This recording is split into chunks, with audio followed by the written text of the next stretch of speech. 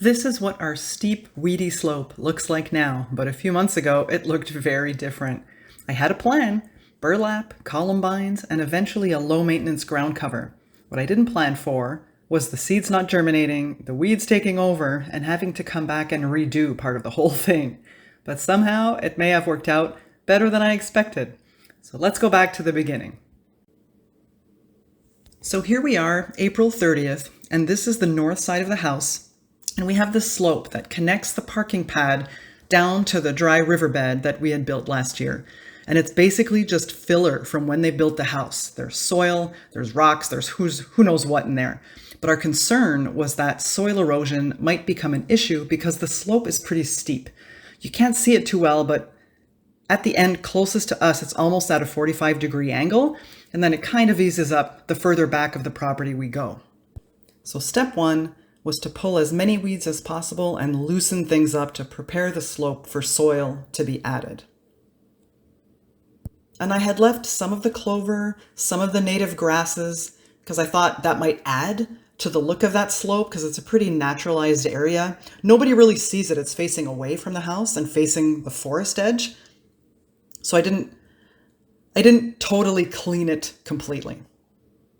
Next, I added soil, a good 6 to 8 inches, so that when it came time to plant, it would be in good stuff and not in the backfill that was there to begin with. And this part was tricky because of the slope, so I essentially made little piles at the top of the slope, and then I brought the soil bag to the bottom and just dumped it by hand so that it wouldn't all fall into the dry riverbed. So this was tricky, trickier than I thought it was going to be, but managed to get it done and then patted everything in so it stuck really well to the ground. And then I watered everything in just to make sure that it was weighed down and the wind wouldn't blow it away. While we waited for the burlap to be delivered, we covered it with a tarp so that the heavy rain that was coming wouldn't wash it all away. So next was installing the burlap, so we removed the tarp. And the burlap we used were rolls of 3 foot wide by 24 foot long, and we attached it in several different spots along the slope using 4-inch landscape staples. When I looked up how to install it, it was recommended not to lay it lengthwise because it could get caught and drag down the slope, making it pointless. So instead, we dug a small ditch along the top of the slope, unrolled the burlap, and left a good 8 to 10 inches of it in the ditch, then weight it down with soil and rocks, and then cut it off at the bottom of the slope. So we did that all along the slope, which is about 30 feet long. Next, I made holes in the burlap and planted my columbine seedlings that I had started from seed indoors in February. I basically snipped a little hole in the burlap, dug a hole in the soil, and plopped my seedling in. I had been hardening them off for 2 weeks by this point, and the nighttime temps were warm enough for them to handle being outside. I also direct seeded more columbine seeds directly through the burlap and patted them in since they needed light to germinate. And then from this point on, I basically kept the soil or the burlap moist. So 2 weeks later, June 1st, this is what things looked like. The burlap I was keeping consistently moist. The columbines were alive. Everybody survived the transplant. And then, obviously, weeds and ferns and all kinds of other things started growing through the burlap, which, looking back now, so the reason why I didn't mulch when I first transplanted was all of the direct seeds of the columbine seeds that I direct sowed. I can't cover them. I couldn't cover them because I wanted them to germinate. So I think, obviously, that didn't deter and I was basically growing weeds alongside my columbine transplants, and they thrived, obviously, because they were probably already there in the soil that I had disturbed before I planted all of this stuff.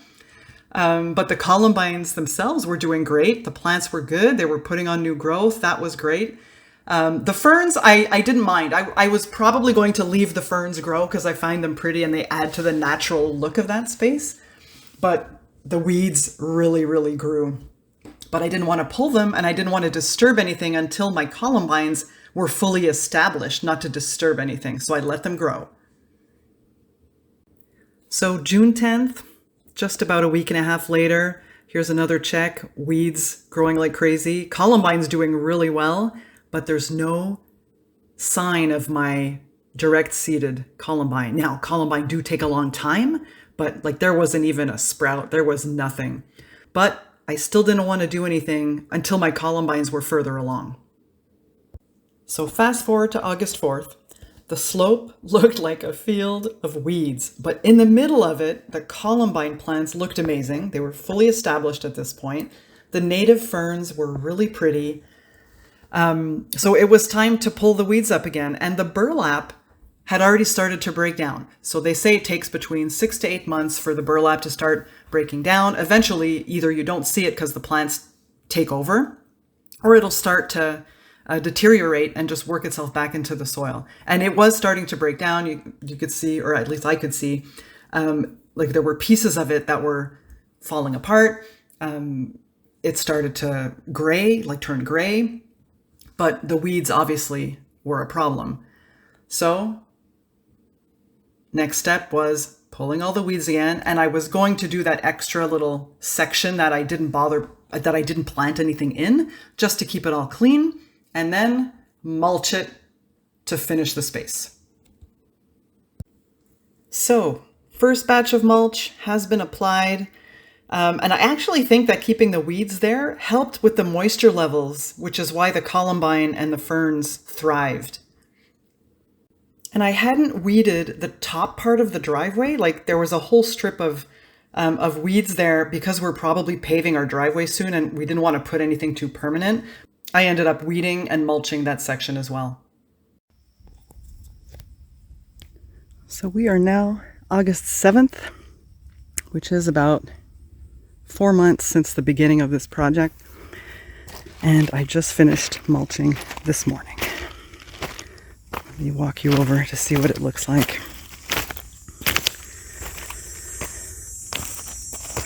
So after it's been a long project. It's been a long road. But what I find really interesting is that the columbine that I transplanted is doing really well. That's them here. Hold on, get my finger. That's them there, those, this one. I left the ferns. They just grow all over the place here. You can see them, they're everywhere. So I just left them there because I kind of like what they add to the space. It's kind of a wild area. And I just really liked it. But I'm glad it's done. It didn't come without its challenges. I added some little rocks here at the bottom. Just as I was cleaning up the space, they just popped up, so I just included them in the in the layout, in the terrain. And I'm happy. Now, the plant, we're still not done yet. The plan is to plant some ground cover things to fill in the empty gaps, something like creeping juniper, something like that, that's just going to spread out amongst the rest of the plants that are already here. I don't think we're going to do that this year. We'll probably do it in the spring, just so that they have enough time to establish and make it through the winter. But I'm happy. I'm like, it didn't come without its challenges, but I like the way that it ended up, and we're much closer to being done than 4 months ago. And the main concern we had was soil erosion, that this was all, you can't really see it here. Let me see if I can find a spot to show you what of an incline this is, because it is actually pretty steep.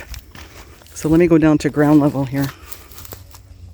So I don't know if you can see that, but it is quite steep.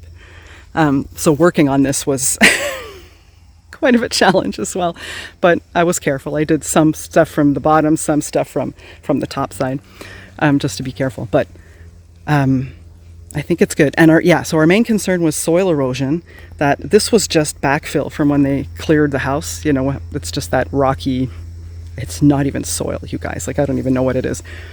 And then we ended up, we didn't want to put sod because it's hard to mow it on an incline like that. So we said, you know what, let's try putting in some plants to hold, the soil with their roots, that they would hold the soil up.